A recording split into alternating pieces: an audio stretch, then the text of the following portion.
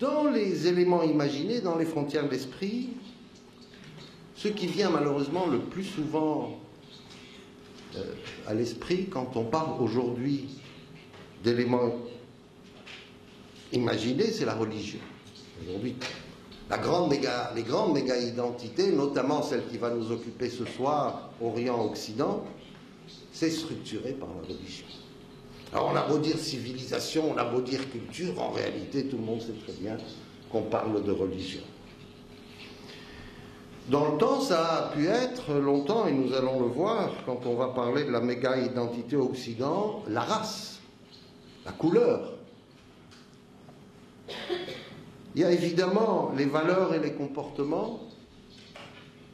Et là, je parlerai des espaces culturels qui me paraissent très différents des espaces imaginaires. Je pense que les espaces culturels ont des substrats objectifs, naturels, beaucoup plus vrais que ces méga-identités telles que Orient-Occident.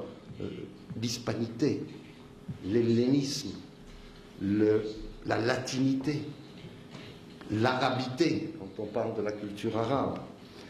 Je pense que ce sont des espaces de l'esprit très respectables qu'il faut préserver parce qu'ils sont indispensables à l'équilibre des différentes sociétés qui se rattachent à ces espaces culturels. Autre élément imaginé ou inventé qui structure les espaces imaginaires, c'est l'histoire. Et jamais la célébration des mémoires n'a été aussi forte que depuis la fin de la Seconde Guerre mondiale.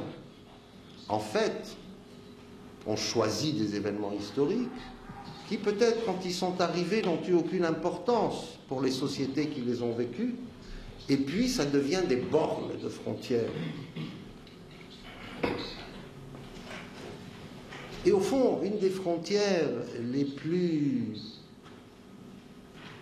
gênantes pour moi intellectuellement, mais qui est acceptée dans tout le langage des sciences humaines, en Orient comme en Occident, c'est la frontière de la modernité. Nous ne faisons pas attention, nous employons ce mot à tort et à travers. Nous allons voir d'où il nous vient de la culture allemande qui a joué un rôle déterminant qu'on a tendance à oublier au XIXe siècle. J'avoue que c'est un mot qui m'a toujours gêné. Je ne comprends pas, quelqu'un n'est pas moderne et quelqu'un est moderne. Oui, évidemment, on a l'image, alors à ce moment-là, d'une tribu primitive aux Amazones, ce qu'on appelle les sociétés sans histoire, et puis Napoléon Bonaparte qui conquiert l'Europe et qui fait le code civil. Moi, je ne sais pas. Jusqu'aujourd'hui, j'avoue que je ne sais pas ce que c'est que la modernité. Et je ne crois pas que c'est un concept opérationnel. Par contre, c'est un concept redoutable dans l'imaginaire pour faire une méga-identité. Et l'Occident s'est bâti sa méga-identité sur ce concept de modernité.